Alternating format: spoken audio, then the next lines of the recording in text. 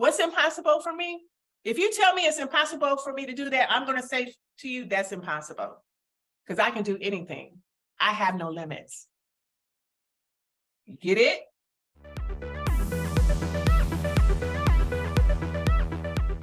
So that you have two ways in order to move forward in life. You either have choices, which choices lead to chaos because you have too many options.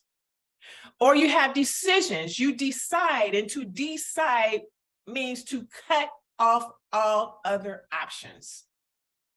So if you take the word decide, D means of and from, side means to cut. So you're cutting off all other options that could be available. So it's only when you make a decision do you get an opportunity to move forward. It's not when you have choices to make, because having choices to make leads to a whirlwind of confusion. Think about that for a moment. Rob, You're on fire. Yeah. Do you feel you're living a limitless life or a life of limits? Because there's two ways to live. We can live a limitless life, or we can live a life of limits. And it's very important to know in this season of our life, which life are we living? Depending on which life you feel that you're living, it's going to be determined by three things. It's going to be determined by, one, your mindset, your motivation, and your methods. Your mindset, your motivation, and your methods. But a limitless life for me is that there is nothing, absolutely nothing impossible for me to do, accomplish, or be. And why do I feel this way? Because everything that I'm able to do, be, or have is ruled by one power and one power alone, which is the ability for me to use my thought as my superpower.